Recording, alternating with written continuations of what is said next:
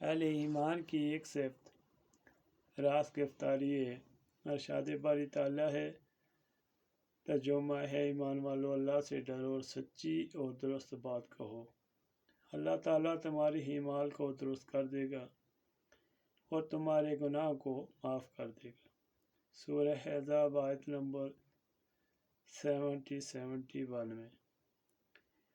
دوسری جگہ ارشاد ہے کہ ایمان والو اللہ کا تقوی اختیار کرو اور راست بات کا ساتھ دو۔ بیان سورہ توبہ۔ صداقت اللہ تعالیٰ کی بے شمار صفتوں میں سے ایک بڑی صفت ہے۔ ارشاد باری تعالیٰ ہے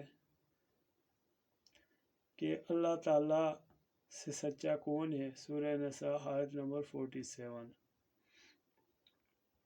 اسی طرح ایک دوسرے مقام پر ارشاد ہے کہ خدا سے زیادہ بات میں کون سچا ہے؟ سورہ نساء آیت نمبر 122۔ ایک اور موقع پر ارشاد ہوا کہ آپ کہہ دیجئے کہ اللہ نے سچ فرمایا۔ آپ ابراہیم علیہ السلام کے دین حنیف کی پیروی کیجیے۔ آل عمران آیت نمبر 95۔ یہی صداقت اللہ کے نبیوں کی صفت ہے۔ حضرت ابراہیم علیہ السلام کے بارے میں ارشاد ہے کہ اس کتاب میں ابراہیم علیہ السلام کا حال بیان کرو کہ وہ بڑے سچے نبی تھے۔ سورہ مریم آیت نمبر 41۔ حضرت اسماعیل علیہ السلام کے بارے میں اس صفت کا تذکرہ ہے۔ ارشاد باری تعالیٰ کہ یعنی اسماعیل علیہ السلام کو یاد کرو، بے شک وہ وعدے کے سچے اور بھیجے ہوئے نبی تھے۔ سورہ مریم آیت نمبر 54۔ سچائی کا صلہ و اجر دوسری زندگی میں ملے گا اور کامیابی و کامرانی کا وسیلہ سچائی ہی بنے گی۔ اس حوالے سے ارشاد باری تعالیٰ، یہ وہ دن ہے کہ سچے لوگوں کو نفع دے گی ان کی سچائی۔ سورہ مائدہ آیت نمبر 129۔ گناہوں سے بچنے کے بعد صداقت اور راست گرفتاری کو لازم کر لو۔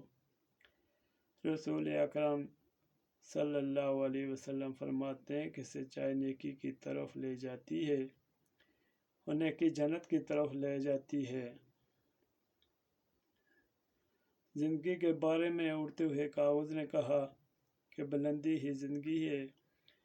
عالم نے کہا کہ اصول علم میں رہنا ہی زندگی ہے۔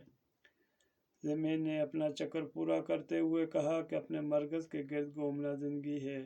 طیارے نے آسمان پر اڑتے ہوئے کہا کہ نئی منزل کی تلاش میں رہنا زندگی ہے۔ چاند سے ستاروں کی محفل سے کہا کہ دوسروں کو روشنی پہنچانا زندگی ہے۔